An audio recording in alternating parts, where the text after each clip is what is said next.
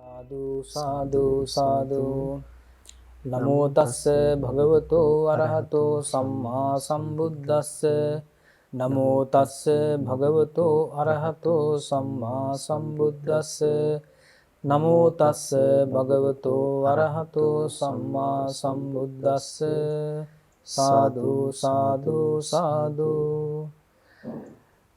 ඒ සම්මා සම්බුදු පියාණන් වහන්සේට අප සියලු දෙනාගේම নমස්කාරය වේවා. සාදු සාදු සාදු.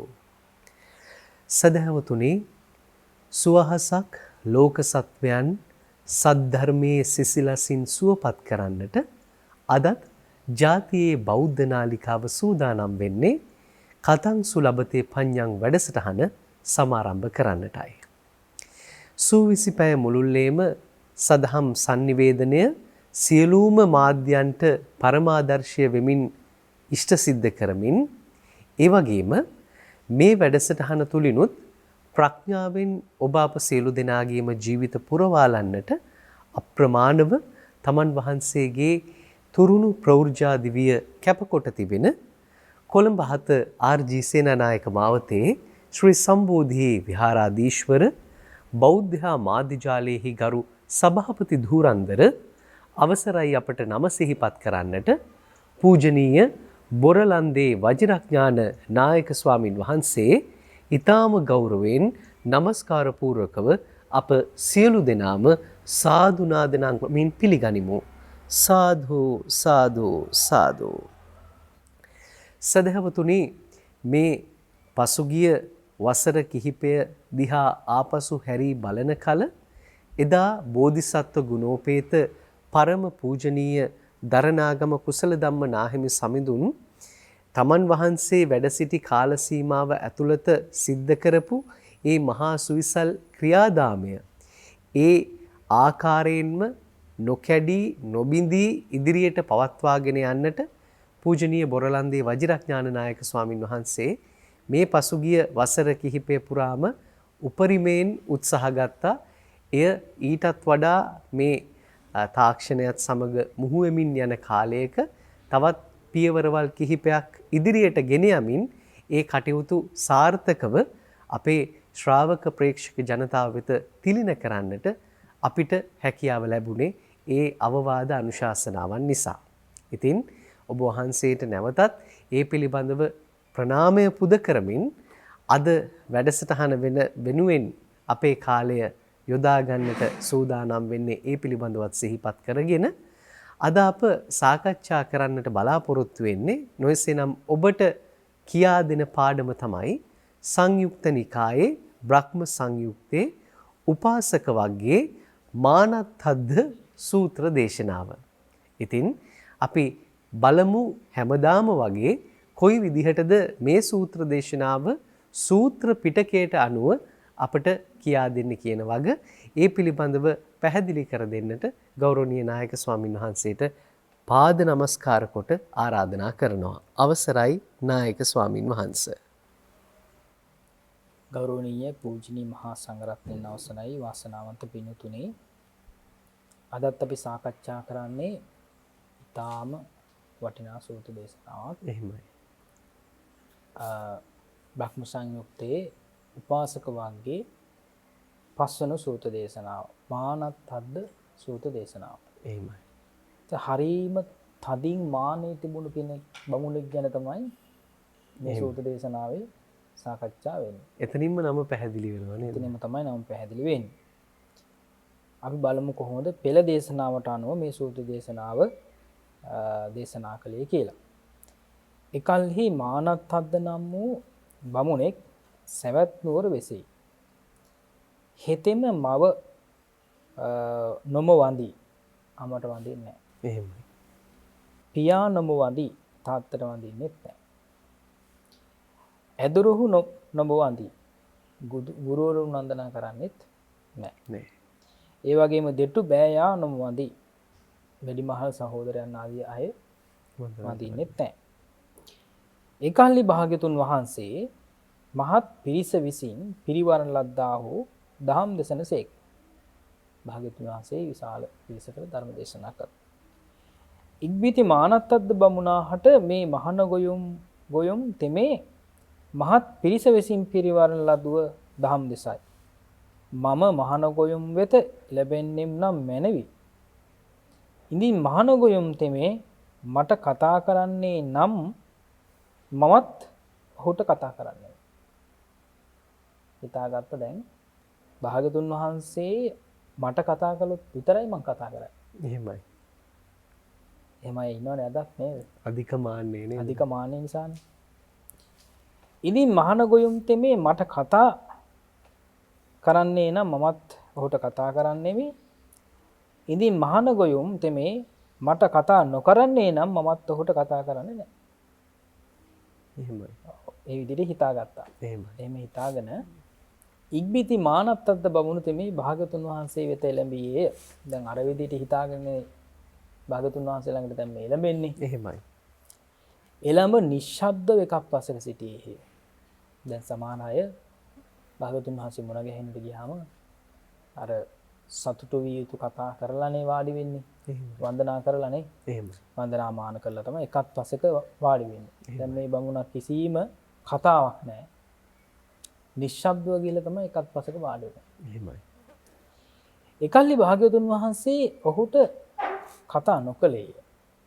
භාග්‍යවතුන් වහන්සේ කතා කළේ නැහැ. ඉක්බිති මානත්තද්ද බමුණු තෙමේ මේ මහන ගොයුම් තෙමේ කිසිත් නොදැනී යයි එතනින්ම නැවත පෙරලා එනු කැමැත්තෙන් වේ. දැන් බමුණ කල්පනා කළා එහෙනම් දැන් භාග්‍යවතුන් වහන්සේ ඒ තරම් වැඩි අවධානයක් මට යොමු වෙන්නේ නැතුව ඇති. එහෙමයි. නේද? එහෙමයි. ඒ නිසා භාග්‍යවතුන් වහන්සේ කතා කරන එකක් නැහැ. එහෙමයි. කියලා මේ එතනින් නැගිටලා එන්න හිතුණා. ඒ වෙලාවේ. ඒකල්ලි භාග්‍යවතුන් වහන්සේ තම සිතින් මානත්තද්ද බමුණාගේ චිත්ත පරිවිතරකේ දැන මානත්තද්ද බමුණාට ගාථායෙන් වදාළසේක. ඔන්න දැන් භාග්‍යවතුන් වහන්සේ දැනගත්තා දැන් මට කතා කරන්නේ නැතුව ඉතින් නැගිටලා යන්න තමයි දැන් මේ කල්පනා කරන්නේ. එහෙමයි. ඒ නිසා මේ චිත්ත පරිවිතරකේ දැනගෙන භාග්‍යවතුන් වහන්සේ ගාථාවෙන් තමයි දැන් මේ ආමන්ත්‍රණය කරන්නට එහෙමයි. දේශනා කරන්න ආරම්භ කරන්නේ. ඒකට හේතුව තමයි බුදුරජාන් වහන්සේට කියනවා පුබ්බ භාෂය කියලා. කියන්නේ භාග්‍යවතුන් වහන්සේ තමයි ඉස්සෙල්ලාම කතා කරන්නේ. එහෙමයි. කවුරු හෝ මුණ ගැහුනොත් භාග්‍යවතුන් වහන්සේට කෙනෙක් පෙරලා පළමුව කතා කළත් නැතත් භාග්‍යවතුන් වහන්සේ තමයි ඉස්සෙල්ලාම කතා කරන්නේ. ඒක ධර්මතාවය. එහෙමයි. බුදුරජාන් වහන්සේලාගේ ස්වභාවය. එහෙමයි. බමුණ මෙහි ප්‍රයෝජනයක් අපේක්ෂා කරන්නහුට මානය වැඩිම නොමැනවි.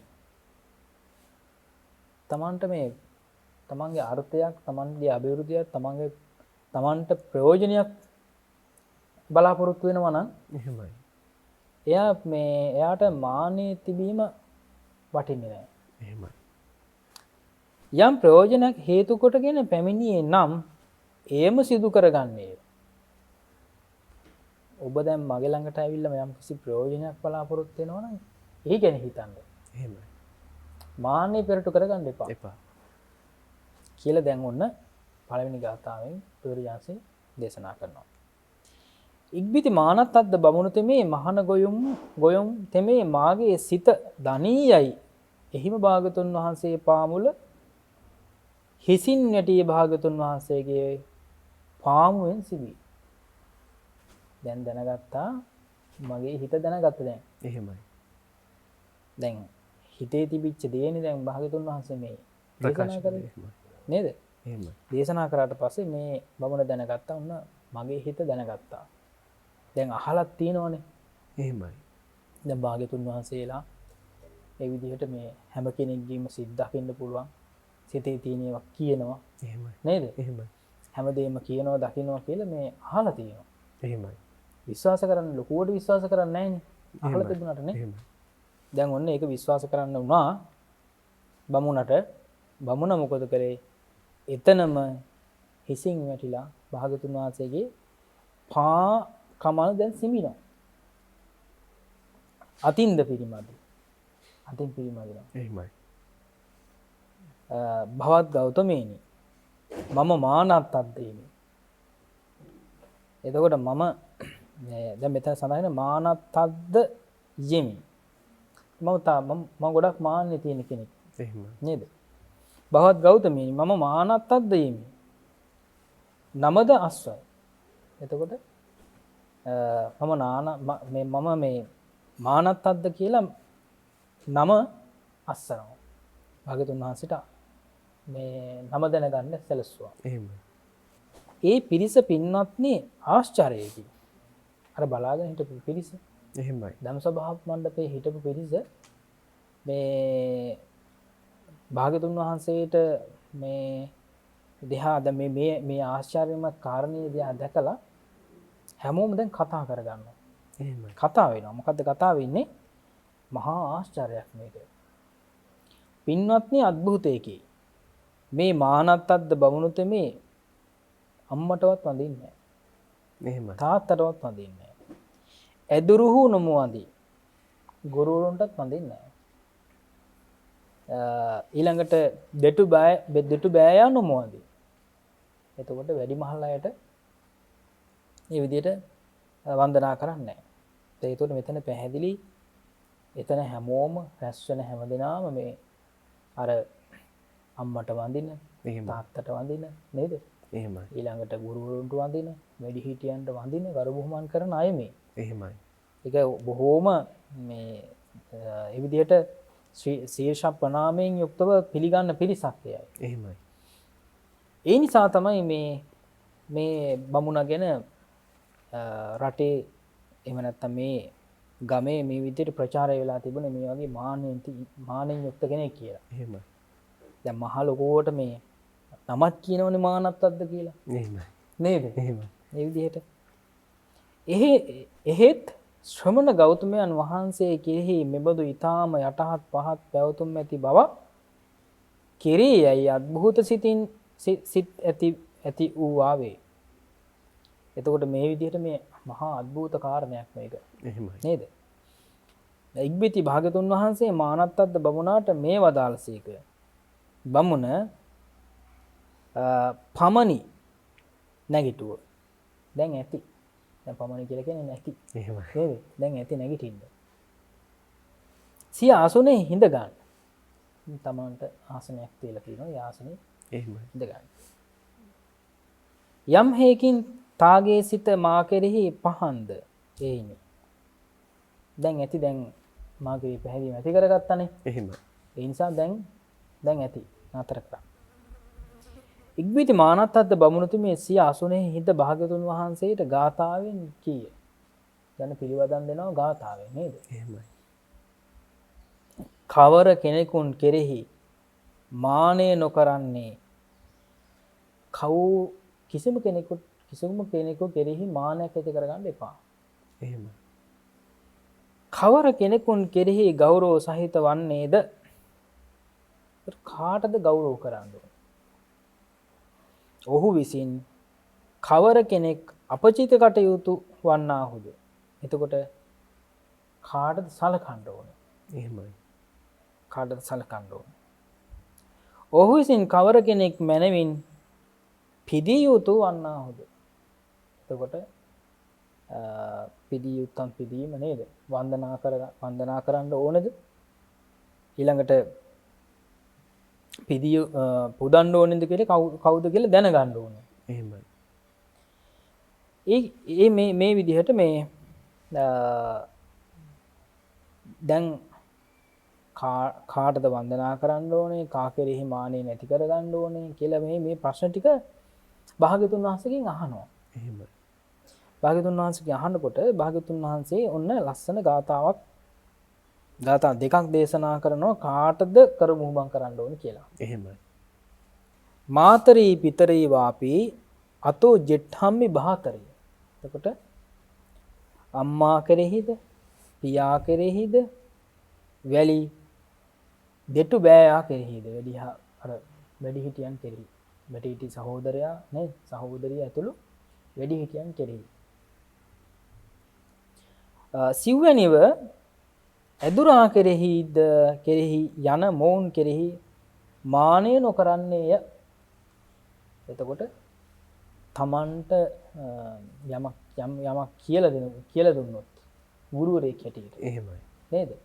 සිත් 4 ඒ විදිහට කියලා දුන්නොත් එහෙම ඒ අය කෙරෙහි ආචාර්ය ප්‍රාචාර්යයන් වහන්සේලා කෙරෙහි මේ ගරු බුහුමන් දක්වන්න ඕන. ඊළඟට මොවුන් කෙරෙහි ගෞරව සහිත වන්නේය.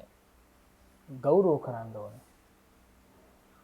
ඔහු විසින් මොහු අපචිත කටයුත්තේ වන්දනා කරන්න ඕන. යට වැඳුම් පිදුම් කරන්න ඕන. එහෙමයි.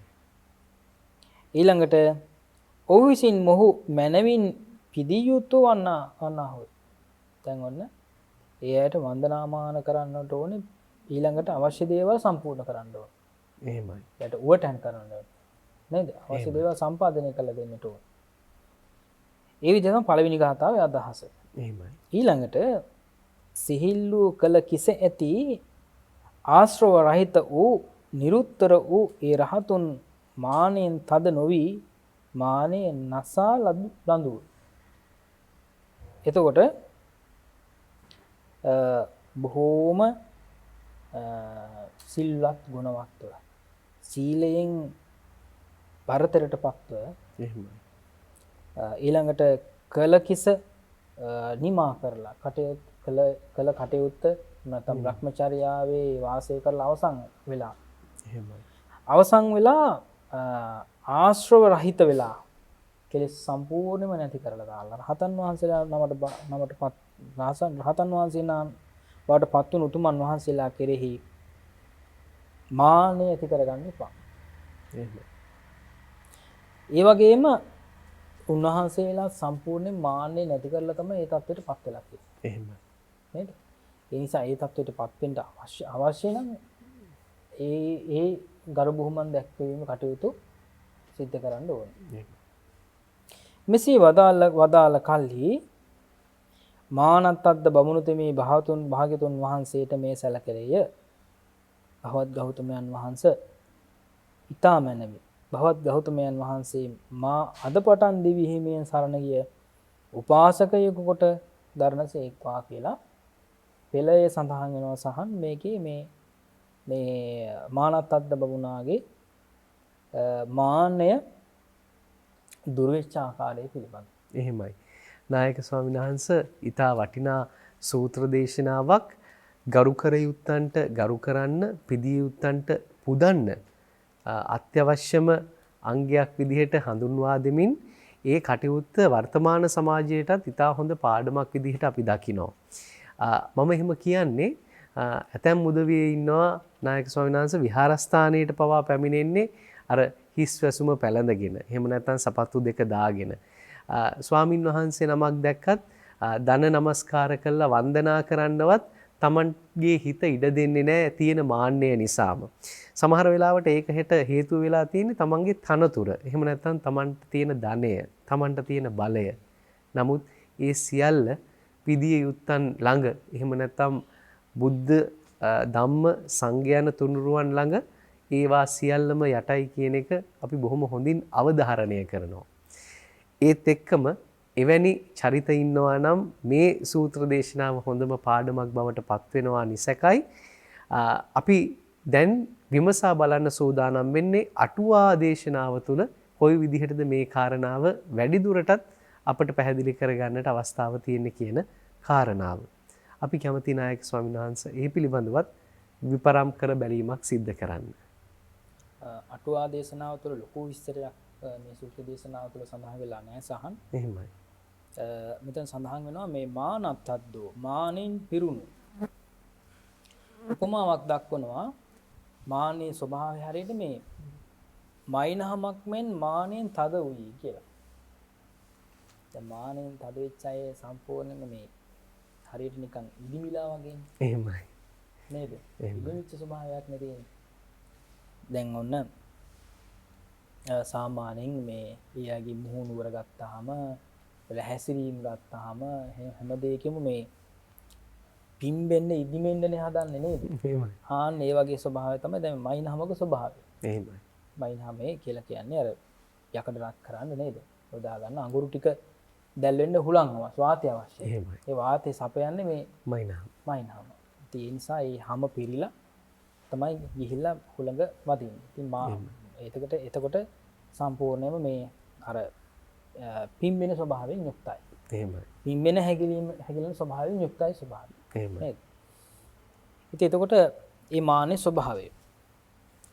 ආචාර්යයන් ශිල්ප ඉගෙන ගන්නා කාලේ ආචාර්යවරයා අභිවාදනය නොකරන්නහුට සිල්ප නොදේ.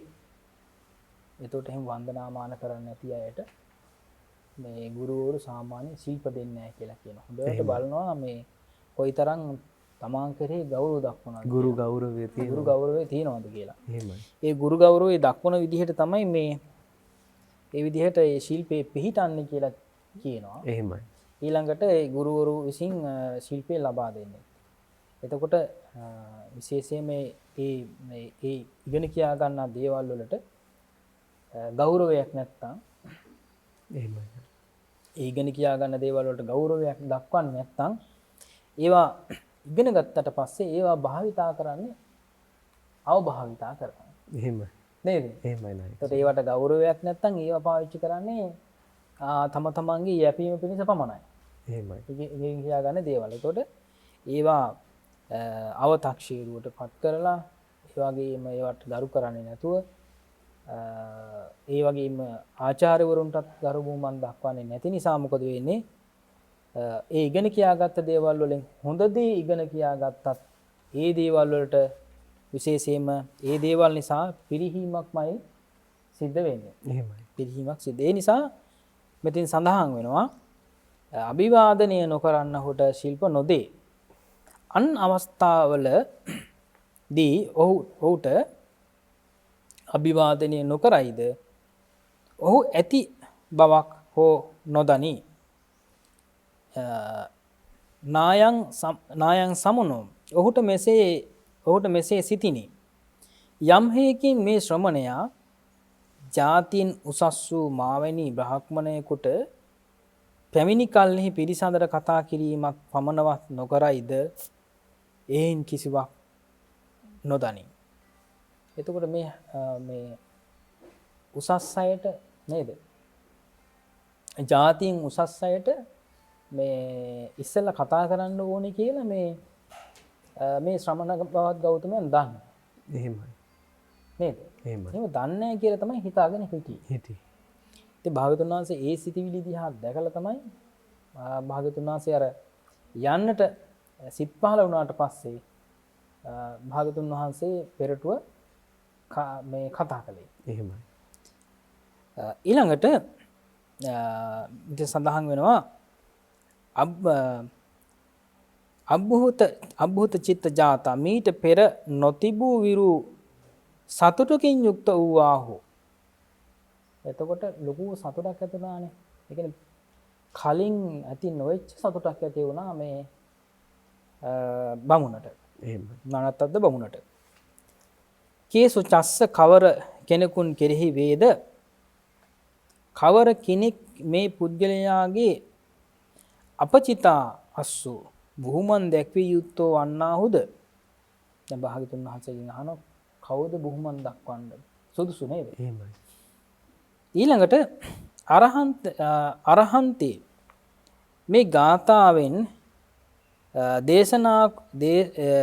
දේශනා කුසලතාවයෙන් තමන් වහන්සේද ඇතුළත් කොට පිදියුත්තන් දක්වන සේක.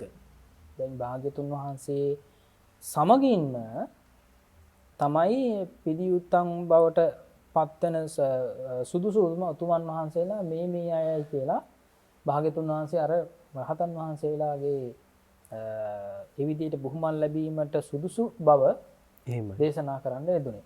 භාග්‍යතුන් වහන්සේ සමග භික්ෂුන් වහන්සේලාට රහතන් වහන්සේලාට වන්දනාමාන කිරීමේ වැදගත්කම පිළිබඳව අර මානත්තද්ද බමුණට දේශනා කළා. ඒ දේශනාව අවසානයේදී අර කලින් සූත්‍ර දේශනාවේදී වගේම මොකද වුනේ? ඒ විදිහට අචල ශ්‍රද්ධාව පිහිටලා තුන්වන් සරණ ගිය උපාසකයෙක් බවට මේ මානත්තද්ද බමුණ පත් වුණා කියලා තමයි සූත්‍ර දේශනාවේ අවසානයේ සඳහන් වෙන්නේ. එහෙමයි. නායක ස්වාමීන් වහන්සේ ඔයිනුත් අපිට පැහැදිලි වෙන කාරණාව තමයි මේ පිදිය යුත්තන් කවුද ගරු කළ යුත්තන් කවුද කියන කාරණාව නිවැරදිව අවබෝධ කරගෙන නැති ස්වභාවයක් තියෙනවා මේ සුළුතරයක් වූ දෙනා.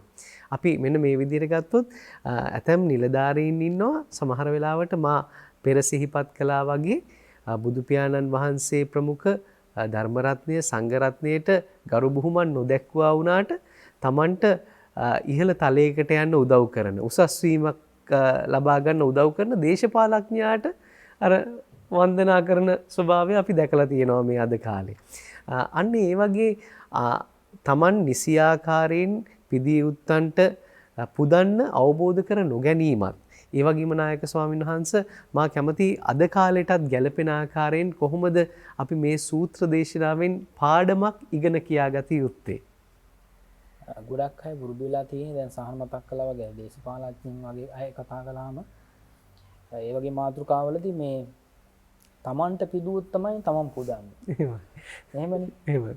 යමක් ලැබුණොත් තමයි නේද නායක ස්වාමීන් වහන්සේ ලැබෙනවා නම් තමයි ලැබෙන දෙන කෙනා තමයි වැඩි කියලා සැලකිල්ලක් දක්වන්නේ. එහෙමයි. එහෙමයි. එතනත් බලන්න ලාභ සත්කාරයනේ. එහෙමයි. එතකොට බුදුරජාණන් දේශනා කළා භික්ෂුන් වහන්සේලාගේ ඒ වගේම ඒක සාධාරණයි ගිහි අයටත් එහෙමයි. උපාසක උපාසිකාවන්ටත් ඒක අදාළයි මේ විශේෂයෙන් මේ දේශනා කොට වදාලේ ලාභ සත්කාර නිසා. එහෙමයි. නේද? ලාභ සත්කාර නිසා නැසීමක්මයි සිද්ධ වෙන්නේ. විනාශයක්මයි සිද්ධ වෙන්නේ. එහෙමයි. එතකොට හැමෝම බලාපොරොත්තු වෙනවනේ. කතා කරොත් කතා කරයි. විනාහ වුණොත් සිනහසෙන් බලාගෙන ඉන්නවනේ. එහෙමයි. නේද? ඊළඟට යමක් දුන්නොත් විතරයි ලැබුණොත් විතරයි දෙන්නේ. එහෙමයි. ඒ වගේ හැම දෙයකින්ම ප්‍රශංසාවක් බලාපොරොත්තු වෙනවා. අනුම ගානේ මේ යමක් දීලා පිනක් බලාපොරොත්තු වෙනවනේ. එහෙමයි. නේද? එහෙමයි. එතකොට දැන් පින් අනුමෝදන් කරයි. එහෙමයි. කියලා එහෙම බලාපොරොත්තු වෙනවා. ඉතින් ඒ නිසා අර පින් අනුමෝදන් කිරීම එහෙම නැත්නම් යමක් දුන්නාට පස්සේ කෙනෙකුට ස්තුති කිරීම, ප්‍රශංසා කිරීම නේද? එහෙමයි. ආශිර්වාද කිරීම වටිනවා. එහෙම නැත්නම් බලාපොරොත්තු නොවිය යුතුයි. බලාපොරොත්තු වෙන්නේ නැතුව කෙනෙකුට උදව්වක් උපකාරයක් කරන එක තමයි ඊටාම වැදගත් වෙන්නේ. ඉතින් අපි ගත්තොත් එහෙම මේ ලෝකේ අපි ගත්තොත් අපි පරිහරණය කරන මේ ඇඳුම් පැළඳුම් නේද? එහෙම. ඇඳුම් පැළඳුම් ඊළඟට මුල් කාලෙලා දැන් අපි අධ්‍යාපනය ලබා ගන්නකොට විශේෂයෙන්ම අපි මේ පොත්පත් පරිහරණය කරනවානේ. එහෙමයි. නේ? මේ පොත්පත් පරිහරණය කරනවා ඊළඟට දැනුම ලබා ගැනීම සඳහානේ. නොයෙකුත් ඉදී අපි උපභෝග පරිභෝග හැම වස්තුවක්ම මේ පරිහරණය කරන දේවල් සකස් කරන්නට කී දෙනෙක් දායක වෙලා තියෙනවා. එහෙමයි. කී දහහක් කී ලක්ෂයක් මේ අපි පරිහරණය කරනවාද? එහෙමයි. නේද? ඒතර අපි ගත්තොත් එහෙම අපි තනි පුද්ගලයෙක් හැටියට ජීවත් වුණත් මේ පරිහරණය කරන දේවල් පරිහරණය කරනවා කියලා කියන්නේ මේ දේවල් සකස් කරන්නට මුල් කාලේ ඉඳලා නේද? එහෙමයි. යම් කිසි දෙයක් බෙහෙතක් හේතක් වුණා. එහෙමයි. ඒවා ලෙඩෙකුට දෙන්නට රෝගියෙකුට දෙන්නට කලින් අත්හදා බැලීම් කරනවා. එහෙමයි. සමහරලාට දහස් වතාවක් 100,000 වතාවක් මේක අත්හදා බලනවා. එහෙමයි. ඒ අත්හදා බැලීම් කරලා තමයි වැටි නැගිටලා තමයි මේ දේවල් අපිට ලබා දෙන්නේ තියෙන්නේ. එහෙමයි. නේද? එහෙමයි. ඉතින් ඒ වගේ මේ අපි ගත්තොත් එහෙම දෙමාපියන් දැන් මෙතන ඉස්සෙල්ලාම බුදුරජාණන් දේශනා කළා පළමු ගාථාවේ දේශනා කළා පිදී යුත්තන් අතර ඉස්සෙල්ලාම අම්මයි තාත්තයි දෙන්න. එහෙමයි. නේද? අම්මයි තාත්තයි දෙන්නනේ ඉස්සෙල්ලාම මෙතන බුදුරජාණන් දේශනා කළේ පිදී යුත්තන් අතර. එහෙමයි.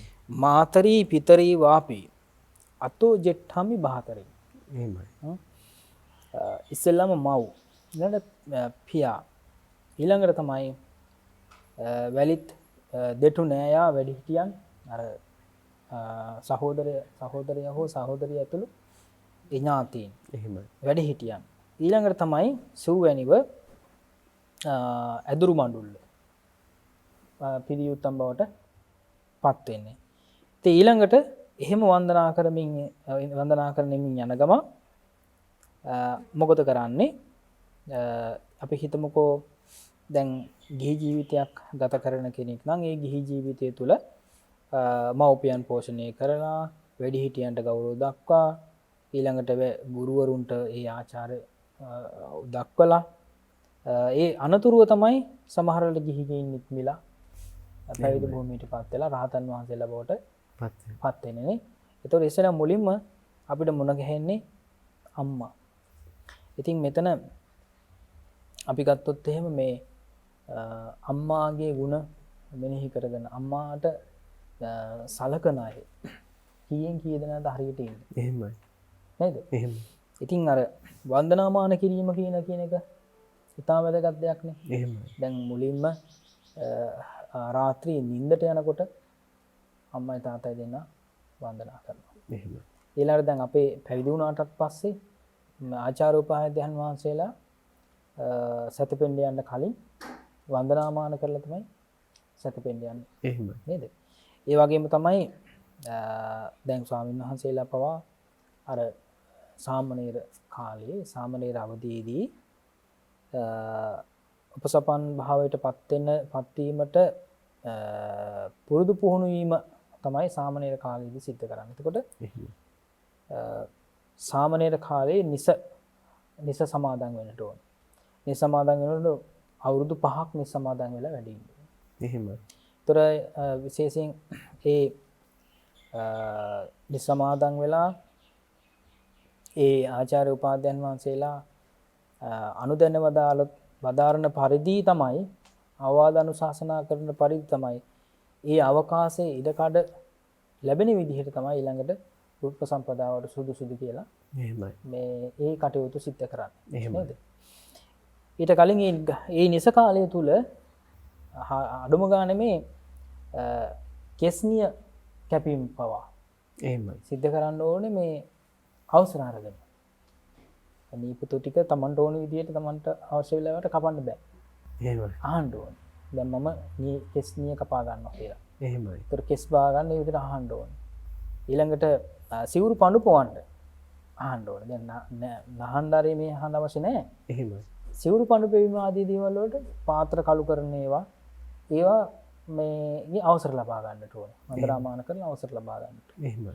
ඉතින් සමහර වෙලාවට මේ ආචාර්යයන් වහන්සේලා අවසර ලබා දෙනවා මෙන්න සතියක් නේද? සති දෙකක්. එහෙමයි. ඒ වගේ විහාරයෙන් බැහැර වැඩ ඉන්න අවස්ථාවලදී මේ විදිහට අවසර ලබා දීලා තියෙනවා. එහෙමයි. ඒ වගේ නිස කාලේ අවුරුදු 5ක්. දැන් අපි ගත්තොත් එහෙම දැන් අපි දේවස්ථානවල අනාගමික දේවස්ථානවල ඒ තත්ත්වයන් තියෙනවානේ. අපි ගත්තොත් එහෙම අපි අහලා තියෙන විදිහට ඒ විදිහ ක්‍රිස්තියානි ආගමෙත් නේද? පූජකයෙක් බවට පත් වෙනකොට අවුරුදු 5ක් පුරුදු පුහුණු වීම කටයුතු කරනවා. එහෙමයි. නේද? ඒකට භාග්‍යවතුන් වහන්සේ දේශනා කළෙත් අවුරුදු 5ක් සාමණේර කාලේ. එතකොට ඒ කාලේ මේ තීන්දුව කරන්නේ එහෙම නැත්නම් තීරණය කරන්නේ ආචාර්ය උපාධ්‍යයන් වහන්සේලාමයි. එහෙමයි. තව කලක් ඉන්නවද අවුරුදු 5ට වඩා අවුරුදු 6ක් 7ක් ඉන්නවද උපසම්පදා වෙනකන් එහෙමයි. කියලා Tamanට මේ කැමති විදිහෙන් සිද්ධ වෙන්න බෑ. එහෙමයි. ඉතින් ආන්නේ වගේ උපසම්පදා වෙලත් එහෙමයි. උපසම්පන්න භාවයට පත් වෙලා අවුරුදු 5ක් මේ විදිහට ගුණ පුරලා තමයි පිළිවෙත් පුරලා තමයි විශේෂයෙන්ම නිදහස් වෙන්න පුළුවන්කම ලැබෙන්නේ. එහෙමයි. නිදහසේ එතකොට නිසමුක්ත වෙනවා කියලා කියන්නේ. නිසමුක්ත වෙන්න පුළුවන්කම ලැබෙන්නේ ආචාර්ය උපාධ්‍යයන් වහන්සේලාගේ අවසරය මත. ඒ තාක් එතකොට ඒ පාමුල වැඩ ඉඳිමින් ඒ ආශ්‍රී වැඩ ඉඳිමින් ඒ විදිහට උපස්ථාන කටයුතු සිද්ධ කරනවා. එතන ආචාර්යවත උපාධ්‍යායවත ඒ වතාවක් තියෙනවනේ. එහෙමයි. ඒ වතාවත් සිද්ධ කරන්න ඕනේ. ඉතින් ආන්නේ ඒ වගේම තමයි ගිහි ජීවිතයක් ගත කරන කෙනෙකුටත් මව්පියන් පෝෂණය කිරීම තාම වැදගත් වෙනවා. ඉතින් අර මව්පියන් පෝෂණය කරනවා කියලා කියන තැන් ගොඩක් අය මේ තරුණ අය කියන දෙයක් තමයි තමන් පිය කෙනෙක් වෙනකොට තමයි තමන් මව් කෙනෙක් වෙනකොට තමයි තේරෙන්නේ නේද අම්මගේ තාත්තගේ වටිනාකම කොහොමද කියලා. එහෙමයි. මාව හදන්න වඩන්න මාව රැක බලා ගන්න කොයිතරම් අමාරුවක් මහන්සියක් වුණාද කියලා. දැන් මට මේ මගේ එක ළමයි හදාගන්න බැරුවම අපේ සහෝදර සහෝදර කී දෙනෙක් අපේ අම්මා තාත්තා බලාගත්තද? එහෙමයි. නේද? එහෙමයි. එතකොට සමහරලාට බොහොම අඩු අය එතකොට අඩු වයසින් කියලා කියන්නේ සමහරලාට අවුරුද්දක් ඉක්මලා ඒ වර්ෂ ගණනින් සමහරලාට ඒ විදිහට දරුවෝ හම්බ වෙලා තියෙනවා. එහෙමයි. නේද? එතකොට පුංචි දරුවෝ ඒ මේ 5-6 දෙනෙක් ඉන්නකොට හරි අමාරුනේ බලා ගන්න. ඉතින් එහෙම තියෙද්දිත් කොයිතරම් දේවල් ඉල්ලනවද? හැමදේම ඉල්ලනවනේ. එහෙමයි. නේද? හැම අවශ්‍යතාවයක්ම අම්මගෙන් තාත්තගෙන් තමයි කෑ ගහලා ඉල්ලන්නේ. එහෙමයි. ඒ ඉල්ලන වෙලාවට සමසේ ඒවා ඒ විදිහට ඒ අවස්ථාවන් එහෙම නැත්නම් ඒ අවශ්‍ය දේවල් සපයලා දෙන්න. බෙදලා දෙන්න කොයිතරම් මහන්සි වෙනවද? ඉල්ලන දෙන්නත් ඕන. එහෙමයි. නේද? ඉතින් අන්නේ විදිහට මේ මව්පියන් පෝෂණය කිරීම මව්පියන් රැක බලා ගැනීම කියලා කියන එක ඉතාම වැදගත් දෙයක්. එහෙමයි. ඊළඟට බුදුරජාණන් දේශනා කළේ අම්මටයි තාත්තටයි අම්මයි තාත්තයි අපේ ජීවිතයට අපිට ලබා දුන්නු අප උපකාර වලට ප්‍රතිඋපකාර දක්වනකොට ඒ ප්‍රතිඋපකාර දක්වනකොට මේ වම් උර හිසේ දකුණු හුරේසේ අම්මයි තාත්තයි දෙන්න තියාගෙන අවුරුදු 100ක් බිමට බස්සන්නේ නැතුව. එහෙමයි. නේද? අම්මයි තාත්තයි දෙන්න බිමට බස්සන්නේ නැතුව කවන්න පොන දේවල් මේ හැම දෙයක්ම සිද්ධ කළත් ඒ විදිහට අම්මගේ තාත්තගේ ණය ගෙවන්න බෑ කියලා. එහෙමයි. නේ? එතකොට කිරි දුන්න විතරක් නෙවෙයිනේ. මේ ලෝකෙට බිහි කරලා හැමදේම නේ. එහෙමයි. ඒ ණය ගෙවලා ඉවර කරන්න බෑ කියලා. ඉතින් බුදුරජාණන් දේශනා කළා ණය ගෙවලා ඉවර වෙන්න ක්‍රමයක් තියෙනවා. මොකද ණය ගෙවලා ඉවර කරන්න ක්‍රමය ඒ අම්මටයි තාත්තටත් සසර කතරින් එතර වෙන්නට අවශ්‍ය කරන ගුණ පුරන්න අවස්ථාව සලසලා දෙන්න කියලා. ඒකෙන් තමයි එතකොට ණය ගෙවන්න පුළුවන්. ඒතර සී සමාදන් වෙන්න අවස්ථාව නැත්තම් අනේ මේ අද මේ පොයි දවසෙත් ඒ විදිහට මේ සී සමාදන් වෙන පන්සලට යනවානේ කියලා ඉවරලා ඒකත් පළක්වලා නේද? මේ දරුවෝ බලා ගන්න තියෙනවා කියලා. එහෙමයි. තමයි බලා ගන්න මේ නතර කර ගන්නවා. එහෙමයි. ඒ සම්පූර්ණ වැරදිනේ. ඒ නිසා අඩුම ගානේ පොයි දවසටවත් අම්මලා තාත්තලා නිදහස් කරන්න ඕනේ. සී සමාදන් නොවුනත් කමක් නැහැ. එහෙමයි. මේ සී සමාදන් පන්සලට ගියම නැති වුණා නෙවෙයි. ගෙදර හිටියත් ඒ නිදහස ඒ විදිහට දෙන්න ඕනේ. පොයි දවසේ නිදහස් දෙනවා කියලා කෙනෙක් සිද්ධ කරන්න ඕනේ. ඉතින් ඒ නිසා අර බරෙන් නිදහස් කරන එක ඒ නිදහස ලබලා දෙන එක ඉතාම වැදගත් වෙනවා. ඉතින් සමහර වෙලාවට තමන්ගේ අවශ්‍යතාවයන් වතුර ටික ගෙනල් දෙන එක, රෙදි ටික හොද ගන්න එක, මේ හැමදේමත් මේ වැඩිහිටි කාලේ තරුණයෙක් වෙලා ඒක කරනවානේ. එහෙමයි. ඉතින් අම්මලාගේ ස්වභාවය ඒකයි. එහෙමයි. ඒතර අම්මලා ආදරෙන් කරනවා කියලා නේද? කරනවා කියලා මේ ඒක ලබා ගන්න එක නෙවෙයි එහෙමයි. මේ වටින්නේ. එහෙමයි. නේද? ඉතින් ඒ අම්මලා කවදාවත් බෑ කියන්නේත් නැහැනේ. එහෙමයි. බෑ කියන්නත් බෑනේ. නේද? ඒ නිසා දරුවෝ තේරුම් ගන්න ඕනේ මේ අවස්ථාවේ ආකාරයෙන් ලබලා දෙන්න. ඒක ඒ නිදහස අම්මලා තාත්තලා බලාපොරොත්තු වෙනවා. එහෙමයි. එහෙම බලාපොරොත්තු වෙනවා. ඒ සමහරලාට දරුවෝත් බලලා දරුවන්ගේ දරුවෝත් බලලා නේද? එතකොට ඒ සමහරලාට ජීවිතේ කෙලවර වෙන්නෙම එහෙමයි. ඒ විදිහට. එහෙම වුණාම දැන් ওই සමහර අය කියන්නේ ආච්චිලා සීයලා මේ සමහරලාට ආච්චි ගොඩක් වෙලාවට මිනිබිරියට වැහිලා ඉන්නවා කියලා කියන්නේ අර. එහෙමයි. මැරිලා ගිහිල්ලා. එහෙමයි. නේද? මරණයට පත් වෙලා ගිහිල්ලා මිනිබිරියට වැහිලා. එහෙමයි. ඒ තමන්මනේ තත්ත්වය හදාගත්තේ. ඒ තත්ත්වය තමන් හදාගත්තේ. එහෙමයි. නේද? ඕනෝට වඩා ඇලිලා ගැලිලා ඉඳලා ඒ විදිහට මේ දාලා යන්න බැරි වෙලා. එහෙමයි. දාලා යන්න බැරි වෙලා. එතකොට අපි ගත්තොත් එහෙම හිත හදාගත්තේ නැත්තම්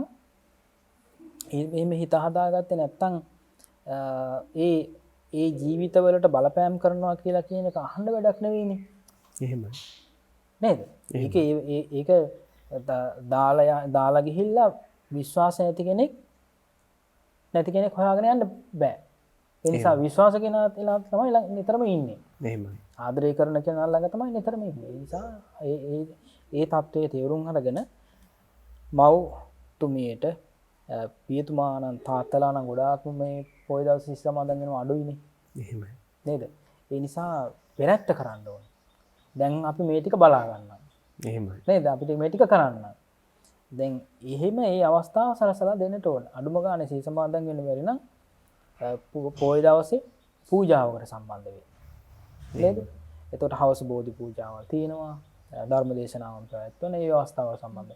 එහෙම නැත්නම් එතෙන්දි මේ මලු පෙත්මන් හැමදීම් කරන්න පුළුවන්. එහෙමයි. නේද? පන්සලට ගිහිල්ලා වෙනත් කටයුත්තක් කරන්න පුළුවන්. එහෙමයි. එතකොට එක එක වෘත්තීයවල යෙදෙනවා නම් මේ දැන් වඩු භාෂුන් නැහැ කෙනෙක් නම් පන්සලේ තියෙන ඒ දෙයකට උදව් වෙනවා. එහෙමයි. නේද? තීන්ත ගෑමක් හරි එහෙම තියෙනවා නම් ඒ උපමේ වශයෙන් ඒ දේවල්ට සම්බන්ධ වෙනවා. එහෙමයි. ඉතින් කොයිතරම් දේවල් සිද්ධ කරන්න පුළුවන්ද? නේද? ඉතින් ආන්නේ නිසා ඒ දේවල් වලට යොමු කිරීම විශේෂයෙන්ම බුදුරජාණන් දේශනා කළේ මව්පියන්ට ඔය විදිහට උපකාර කරන්නට කියලා. පිළිය උත්තම් පූදන්න කියලා. තවත් පැත්තකින් බුදුරජාණන් දේශනා කළා මේ පූජකෝ ලබතේ පූජං වන්දකෝ පටිවන්දන. නේද? යසෝ කිත්තිංච පප්පෝති කියලා බුදුරජාණන් දේශනා කළා. තමන් වැන්දොත් තමයි තමන්ට වඳින්නේ. එහෙමයි. තමන් කෙනෙකුට වන්දනා කරොත් තමයි තමන්ට වඳින්නේ. දැන් සමහර ආගම් වල තියෙනවා මේ දෙවියන් වහන්සේට වඩා තවත් වෙනත් කෙනෙකුට වඳින්න බෑ. නේ? එහෙමයි. දෙවියන් වහන්සේ කියලා තියෙන්නේ දෙවියන් වහන්සේට වන්දනා කිරීම පමණයි. එහෙමයි. ඒ දෙවියන් වහන්සේ කියලා තියෙනවා තව වෙන දෙවිවරුන්ට වඳින්න බෑ මට විතරයි වඳින්න ඕනේ. එහෙමයි. එහෙම කියලා තියෙනවා. ඒතර ඒ සමානාත්මතාවය කියලා කියන එක මේ සලකන්නේ නැහැ. කියන්නේ දෙවිවරු සඳහන් කරලා තියෙන්නේ මේ සමානාත්ම දැන් අපි ගත්තොත් එහෙම බුදුදහම තුල සමානාත්මතාවය තියෙනවා.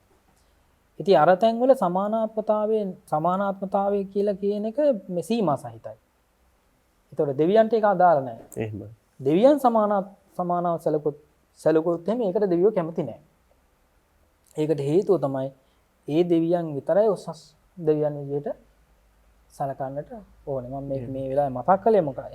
හේතුව විශේෂයෙන්ම ඒ දෙමාපියන් ආදී විදිහට දරුවන් විදිහට මේ ගත්තාම ඒ පිළියුත්තන් පිළිමිතාම වැදගත් කාරණයක් හැටියට පූජකෝ ලබතේ පූජං වන්දකෝ පටිවන්දනම්. එහෙමයි. පූජා කළොත් තමයි පරිත්‍යාග කළොත් තමයි තමන්ට ලැබෙන්නේ. තමන් කෙනෙකුට වන්දනා කරොත් තමයි ඒක අපිට තමන්ට වන්දනා කරන්න. ඒ නිසා විශේෂයෙන්ම දරුවන් දෙමාපියන්ට වැඩිහිටි කාලේ වයෝවෘද්ධ තත්ත්වයේදී වන්දනා කරන්නේ දරුවන් සහ දරුවෝ මිනිබිරියන් වන්දනා කරන්නේ තමත් අර ආච්චිලා සීලාට වන්දනා කරපු විදිහට. එහෙමයි. ඒවා කියලා දෙන්න ඕන. මෙහෙම තමයි මේක වැදගත්කම.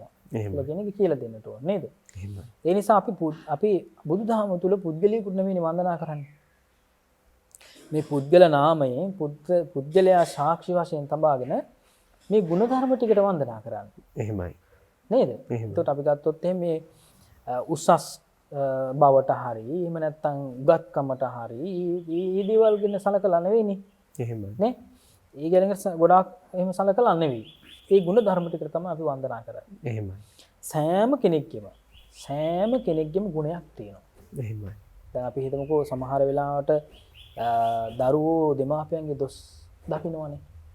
කීක දොස් තියෙනවනේ හදාගන්න බැරි දොස් තියෙනවනේ. එහෙමයි. ඒ දොස් සලකලා ඉවරලා අම්මා තාත්තට වඳින්න නැති අය ඉන්නවා. එහෙමයි. නේද? අපිට ලැජ්ජ කරනවා. එහෙමයි. මේ හැසිරෙන්න දන්නේ. ඊළඟට මත්පැන් බොනවා නම් හොරකම් කරනවා නම් හරි නේද? කාමයේ වර්ධව හැසිරෙනවා නම් හැමතැනම ගිහිල්ලා බොරු කියනවා නම් නේද? ඕ වගේ මේ වැරදි තියෙනවා අඩුපාඩුකම් තියෙනවනේ. එහෙමයි. ඉතින් ඒ අඩුපාඩුකම් සලකලා අම්මටයි තාත්තටයි සලකන්නේ නැති අවස්ථා තියෙනවා. එහෙමයි. ඉතින් ඒ නිසා ඒක අදාළ නැහැ. අම්මටයි තාත්තටයි වඳින්නේ අපි. මේ අම්මා තාත්තා මේ ජීවිතේ අඩුපාඩුකම් තිබුණත් පූර්වාත්ම මේ ලෝකෙට බිහි කළා. තමව මේ ලෝකෙට බිහි කළා. තමන්ට මේ ලෝකෙට බිහි වෙලා තමන්ට මේ ගුණ ධර්ම ඉගෙන ගන්න පුළුවන්කමක් ලැබෙනවා නේද? මේ පරිසරය තමන්ට උදා වුණේ මේ අම්මා තාත්තා නිසා. එහෙමයි. මේ අම්මා තාත්තා නිසා නැත්තම් ඒ විදිහට මේ ශරීරයේ කිසිම අඩුපාඩුවක් නැතුව මේ ලෝකෙට බිහි කරේ නැත්තම් ඒ අවස්ථාව ලැබෙන්නේ නැහැ නේ. ඉතින් ආන්නේ විදිහට සලකලා තමයි මව්පියන් පෝෂණය කළ යුතු වන්නේ. ඒ නිසා දරුවෝ එහි විදිහට වැන්දේ නැත්නම් හරියට කතා බහ කළේ නැත්නම් හරිය දුකක් ඇති වෙනවා නම් මට තාත්තට. එහෙමයි. නේද? ඒ කියන්නේ අනිත් සමහරලාට තමන්ගේ ඥාතීන් වෙන්න පුළුවන්, මිත්‍රයින් වෙන්න පුළුවන්. ඒ අයගේ දරුවෝ ඒ අයට වන්දනා කරනකොට නේද? ඒ කතා බහ කරන විදිහයි වන්දනා කරන විදිහේ හැම දෙයක්ම දිහා බලලා ඒ විදිහට බොහොම දුකටපත් වෙන අවස්ථා තියෙනවා. එහෙමයි. දුක්බරව ගත කරන අවස්ථා තියෙනවා. ඉතින් ඒ නිසා ඊටාම වැදගත් වෙන්නේ වැරද්දට වඩා තියෙන හොඳ ටික. එහෙමයි. වැරද්දට වඩා තියෙන හොඳ ටික. ඒ වැරදි හදාගන්න පුළුවන්කම ලැබෙන්නේ සාමකාමීවනේ. එහෙමයි. නේද? හොඳින් කතා බහ කළා සාමකාමීව ඉවසීමෙන්. එහෙමයි. නේ? ඉවසීමෙන් තමයි මේ යමක් අපිට කෙනෙකුට පැහැදිලි කරලා දෙන්න පුළුවන්කම ලැබෙන්නේ. එහෙමයි. ඒ නිසා දැන් මෙතෙන්දී අපිට පැහැදිලි දෙන්න මේ බුදුරජාණන් වහන්සේටනේ වන්දනා කරන්නේ නැහැ කියලා ආවේ මේ බමුණ. එහෙමයි. මේ ලෝකේ වැඳුම් පිදුම් කරපු උතුමන් වහන්සේලා අතරින් උසස්ම උතුමන් වහන්සේට මං කතා කරන්නේ මං වඳින්නේ නැහැ කියලා මේ බමුණ ආවේ. නේ? ඒතර භාග්‍යතුන් වහන්සේටත් එහෙමනම් මේ සාමාන්‍යයෙන් අමලා තාත්තලාට අහන්න වැඩක් නැහැ. එහෙමයි. නේද? එහෙමයි. ඉතින් ආන්නේ වගේ මේ ලෝකේ මේ දොස් අහපු නැති කෙනෙක් නැහැ කියලා බුදුරජාණන් දේශනා කළේ. දොස් අහන්න නැති කෙනෙක් නැහැ. හැමෝටම දොස් අහන්න වෙනවා. එහෙමයි. හැමෝටම දොස් අහන්න වෙනවා. ඉතින් ආන්නේ නිසා කොයිතරම් ಗುಣ පිරුවත්, කොයිතරම් පිළිවෙත් පිරුවත්, කොයිතරම් හොඳ කළත් ඒ හැමෝටම දොස් අහන්න වෙනවා. දොස් අහන්න වුණත් ඒ විදිහට මේ ඒ දොස් අහන්න වෙන නිසා තමයි මේ සංසාරේ ඉක්මනට මෙතර වෙන්නේ කියලා බුදුරජාණන් දේශනා කළේ. එහෙමයි. ඒ නිසා හැමදාම සසර පුරාවටම වැඳ ඉන්නත් නෙවෙයි. එහෙමයි. එකේ කෙලවරකුත් නැහැ. එහෙමයි. නේද? පිදී උත්තම් පුතලා මේ සංසාරේ කෙලවරකුත් නැහැ. එහෙමයි. ඒ නිසා මේ ජීවිතේ මේක සම්පූර්ණ කරගන්නට කියලා තමයි බුදුරජාණන් වහන්සේ අවවාද අනුශාසනා කළා තියෙන්නේ. ඊටාම වැදගත් වෙනවා මෙතෙන්දී මව්පියන්ට වන්දනාමාන කිරීම, කරුබුම්මන් දැක්වීම, අවශ්‍ය දේවල් සපයා දීම නේද? ඉතින් ඒ නිසා අර කොච්චර දුර හිටියත් කොච්චර දුර ඈතක හිටියත් පිටරටක හිටියත් නේද? අම්මට තාත්තට අවශ්‍ය කරන දේවල් ඒ විදිහට දැන් අපේ අයියා බලනවා, අක්කා බලනවා කියලා Tamanට පස්සේ හැරෙන්න බෑනේ. එහෙමයි. දැන් කන්න බොන්න තියෙනවා අම්මලා තාත්තලාට කියලා මේ වගේ ගැලවෙන්න බෑ. නේද? ඊට වඩා වැඩි යමක් කරන්න ඕනේ. එහෙමයි. එතකොට අය ගෙනියන දේ අම්මා තාත්තා කෑවේ නැතත්, ඇඳ පැළඳේ නැතත්, පරිහරණය කරත් නැතත් ඒ සතුට තමයි වැදගත් වෙන්නේ. එහෙමයි. නේද? ඒ වන්දනාමාන කියන දුර ඉඳලා හරි මේ සමහරලාට මේ අපි දැන් භාවිතා කරන මේ දුරකථනෙන් හරි නේද? මම වන්දනා කරනවා කියලා කියන එක හරි. එහෙමයි. වැදගත් වෙනවනේ. එහෙමයි. නේ? ඉතින් ළඟ ඉඳලා වන්දනා කරන්න එක විතරක් නෙමෙයි මේ ඈත ඉඳලා අපිට වන්දනන්න පුළුවන්. දැන් අපි ගත්තොත් එහෙම බැං බුදුරජාණන් වහන්සේ ළඟට හැමෝටම මේ ස්වාමීන් වහන්සේලාට වඩින්න බෑනේ. එහෙමයි. ඒ නිසා ඒ ස්වාමීන් වහන්සේලා කියනවා මාත් වන්දනා කරන්න කියලා කියනවා. එහෙමයි. භාග්‍යතුන් වහන්සේට මමත් වන්දනා කරන්න කියලා කියනවා. එතකොට භාග්‍යතුන් වහන්සේ ළඟට ඇවිල්ලා ඒ ස්වාමීන් වහන්සේත් වන්දනා කරලා අර ස්වාමීන් වහන්සේගේ නමත් මතක් කරලා මේ ස්වාමීන් වහන්සේගේ වන්දනාව තමයි මම මේ කරන්න කියලා වන්දිනවා. එහෙමයි ස්වාමීන් වහන්සේ. බලන්න මේ වන්දනාමාන කිරීම කොයිතරම් වැදගත්ද කියලා. බුදු පියාණන් වහන්සේ හිටපු දිශාවටත් වන්දනා කරපු මහරහතන් වහන්සේලා රජවරු හිටියා නේද? රජවරු හිටියා. මේ ඒ විදිහට කුසල රජතුමත් එහෙමනේ. එහෙමයි. නිකන් මේ වන්දනා කරන අත් දෙකත් හොදගෙන වඳින්නේ. එහෙමයි. නේද? එහෙමයි. අත් දෙක හොදගෙන වඳින්න. අන්න ඒ වගේ ඊටම වැදගත් සූත්‍ර දේශනාවක් තමයි සහන් මේ අපි ඉගෙන කියාගත්තේ මේ මානත්තද්ද සූත්‍ර දේශනාව. ඒ නිසා පිදී උත්තම් පුදන අයට වන්දනාමාන කරන අයට පෙරලා වන්දනාමාන කරන්න ලැබෙනවා. ඒ වගේම තමයි වන්දනා නොකලත් තමන් ගරුබුහුමන් දැක්ුවේ නැතත් මේ ගුණධර්ම ටික දැන කියා ගන්න කෙනෙකුට පුළුවන්කම ලැබෙනවා. අපිට කර්මානුරූපව තමයි අපේ මේ දේ ලැබිලා තියෙන්නේ. දැන් දුක් වෙනවනේ සමහර අම්මලා තාත්තලා. එහෙමයි. වැඩි හිටියන් නේද? එතකොට ගුරුවරු අපි කොච්චර ඉගෙනුවද මේ දරුවන්ට. නේ? දැන් මේ කොහේ හරි දැක්කත් මේ අහක බලාගෙන යනවා. හරියට දුක හිතෙනවනේ. එහෙමයි. ඒක කර්මානුරූපව හිතලා කර්මානුරූපව හිතලා ධර්මානුකූලව හිතලා මේ හිත හදාගන්න පුළුවන්කම ලැබෙන්නේ මේ ධර්මයේ මේ කාරණා ටික ඉගෙන ගත්තාම. එහෙමයි. නේද? මම වන්දනා කළා තියෙන විදිහට තමයි මම පුදලා තියෙන විදිහට තමයි මට මේ ලැබෙන්නේ. ඒක හිත හදාගන්න පුළුවන්. ඒ නිසා මම මෙතෙන් පටන් මගේ ජීවිතේ මම හදා ගන්නවා. මම බුදුරජාණන් වහන්සේට වන්දනා කරනවා, ධර්මයට වන්දනා කරනවා, සංඝ රත්නයට වන්දනා කරනවා. නේද? මාගේ අනන්ත සසර පරම් ආත්මභාවයක් පාසාම මට මේ ඒ විදිහට නිවන් අවබෝධ කරගන්න ආත්මභාවය දක්වාම මටත් වැඳුම් පිදුම් කරන්න ලැබේවා, මටත් අපිට වැඳුම් පිදුම් කරන්න ලැබේවා කියලා තමයි අවස්ථාව සලසා ගන්නට ඕනේ. ඉතින් අර මානෙ දුරු කිරීම සම්බන්ධයෙන් තමයි මෙතන බුදුරජාණන්සේ විශේෂ දේශනාවක් හැටියට දේශනා කළේ. මානෙ තිබුණොත් කිසිම දෙයක් හරියන්නේ නැහැ කියලා තමයි මේ දේශනාව සඳහන් කරන්නේ. ඒතකොට මානෙ සම්පූර්ණයෙන් බහා තැබූ තරමින් තමයි කෙනෙකුට උසස් ජීවිතයක් ලැබෙන්නේ. ඒ උසස් ජීවිතය වන අප හැමදෙනාට බුදුරජාණන් දේශනා කොට වදාළ බුදුපසේ බුදුමහරහතන් වහන්සේලා දේශනා කොට වදාළ පැමිණ වැඩ වදාලා උතුම් වූ නිර්වාණ සාන්තියෙන් සැනසීම උදා කරගන්නට මේ පින් කුසල හේතු වාසනා වේවා කියලා ප්‍රාර්ථනා තබා ගනිමු. සාදු සාදු සාදු. සංයුක්ත නිකායේ බ්‍රහ්ම සංයුත්තේ උපාසක වර්ගයේ මානත්තද්ද සූත්‍ර දේශනාව ගෞරවනීය නායක ස්වාමින් වහන්සේ අපට අද කියා දුන්නා. අධික මාන්නය ජීවිතේ දියුණුවට බලපාන්නේ කොහොමද කියන කාරණාව, මෙලොව පරලොව දෙලොවම දියුණුවට බලපාන්නේ කොහොමද කියන කාරණාව ඊටාම මනවින් අපට අධ්‍යතනය හා ගලපමින්ද නායක ස්වාමීන් වහන්සේ මතක් කර දුන්නා.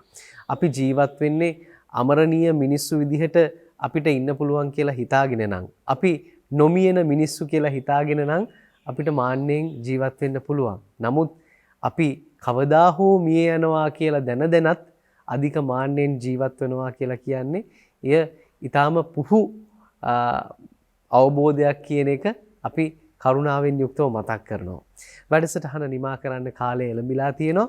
අදත් මේ සූත්‍ර දේශනාව එහෙම නැත්නම් කතංසු ලබතේ පඤ්ඤං වැඩසටහන මෙහෙවන්නට වැඩම ආදාළ ගෞරවනීය නායක ස්වාමින් වහන්සේ මේ උතුම් ශාසනික ධර්ම sannivedana සේවාවට තමන් වහන්සේගේ නොමද්ද දායකත්වයේ ලබා දෙනවා වගේම පුණ්‍යකාමී සමාජ මෙහෙවරයන් ගණනාවක් සඳහා තමන් වහන්සේ ඊටාම ධෛර්ය සම්පන්නව කැපවන බව ඔබ දන්නවා.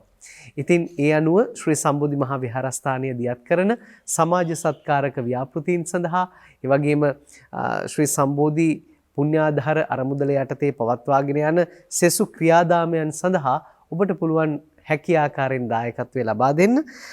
සම්පත් බැංකුවේ ශ්‍රී සම්බෝධි පුණ්‍යාධාර අරමුදල නමින් නැති ග්‍රෙගරි පාර ශාඛාවේ ගිණුම් අංකය මා කැමැති මතක් කරන්න 10යි 70යි 61යි 02යි 556. සම්පත් බැංකුව ග්‍රෙගරි පාර ශාඛාව ශ්‍රී සම්බෝධි පුණ්‍යාධාර අරමුදල ගිණුම් අංකය 10යි 70යි 61යි 02යි 556. ඉතින් ඒ පිළිබඳවත් මතක් කරමින් මේ විස්තර පිළිබඳව වැඩිදුර දැනගන්න ඔබත් කැමති නම් කතා කරන්න ශ්‍රී සම්බෝධි විහාරස්ථ බෞද්ධ නාලිකාවේ මූල්‍ය සහ පරිපාලන අධ්‍යක්ෂ මහේෂ් ඩල්විස් මහත්මයා දුරකථන අංකය 077 77 90 609 077 77 90 609 0114 942 607 0114 942 607. ඒත් එක්කම විශේෂයෙන්ම මතක් කරන්නට අවශ්‍ය කාරණාවක් තිබෙනවා.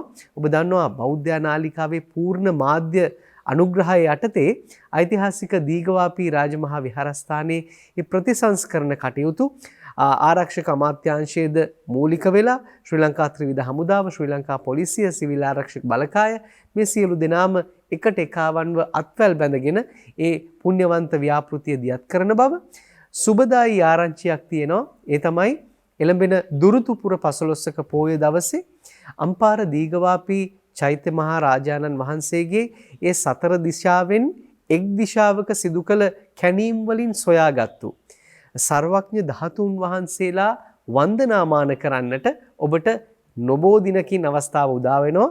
ඒ අනුව එළඹෙන දුරුතුපුර 15ක පෝය දවසේ දැනට අම්පාර දිස්ත්‍රික් ලේකම් කාර්යාලයේ වැඩ සිටින ඒ ඊටාම ගෞරවාන්විතව තැන්පත් කොට තිබෙන ශ්‍රී සර්වඥ ධාතුන් වහන්සේලා දීඝවාපී පුදබිමට වැඩම කරවාගෙන විත් එහි සධාතුක මන්දිරයක් නිමවල එහි තැන්පත් කරලා සදැහැති දනන් වෙත වන්දනාවට අවස්ථාව උදා කර දෙන්නට තමයි සූදානම් වෙන්නේ. ඒ පිළිබඳවත් පූර්ණ මාධ්‍ය ආවරණය සහයෝගීතාවය ලබා දෙන්නේ බෞද්ධ නාලිකාව. ඒ පිළිබඳව අපි ඊටාම ගෞරවයෙන් මතක් කර දෙනවා. ඔබත් ඇතැම් වෙලාවට මේ වෙනකොට සූදානමින් නැති මූලිකමය වශයෙන් දායකත්වයේ ලබා දුණු බොහෝ දෙනා මේ වන විට ඒ දායකත්වයන් ලබා දී තිබෙනවා. නමුත් එසේ නොහැකි පිරිස අපෙන් විමසනවා විටින් විට වරින් වර කොයි විදිහටද Taman ශ්‍රමයෙන් මේ සඳහා දායක වෙන්නේ කියලා. අපි නොබෝ දිනකින් කණ්ඩායම් වශයෙන් එකට එකතු වෙලා කොයි විදිහටද ඔබට මේ පින්කමට පින් පුරන්න අපිත් එක්ක අත්වැල් බැඳ ගන්න ලැබෙන්නේ කියන කාරණාව දැනුම්වත් කරන්නට බලාපොරොත්තු වෙනවා. බෞද්ධ නාලිකාවේ සම්බන්ධීකරණය මත අපි කණ්ඩායම් වශයෙන් ඔබ සූදානම් වුණාට පසුව ඔබට ඒ අවස්ථාව සලසා දෙනවා පහසු දිනයන්හිදී ශ්‍රමදානය දායකත්වය ශ්‍රමයෙන් දායකත්වය ලබා දෙන්න. ඒ දීඝවාපී මහා පුදබිම එහෙම නැත්නම් ඒ මහා චෛත්‍යරාජානන් වහන්සේ යලි පුනර්ජීවනය වන අවස්ථාවේ ඔබේ දායකත්වය ලබා දී යුත්තේ කොහොමද කියන වග පැහැදිලි කර දෙනවා මතුවට. එසේනම් සදහැවතුනි අදට අපිට සමුගන්නට අවසර දෙන්න අපි ඊළඟ දවසේදීත් කතං සුලබතේ පඤ්ඤං වැඩසටහනෙන් ඔබව හමුවනවා.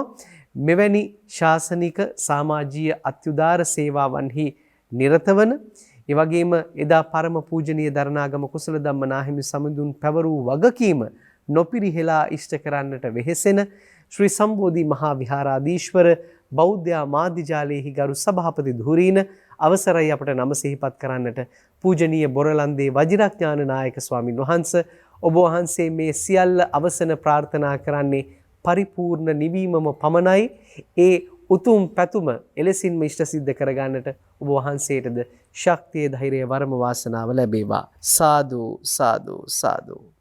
එසේනම් සදැහැති ඔබ සියලු දෙනාටම නිදුක් බව නිරෝගී බව සුවපත් භාවය සපිරුණු අනාගතයක් පතමින් අදට සමුගන්නවා. ඔබ සැමට තෙරුවන් සරණ වේවා.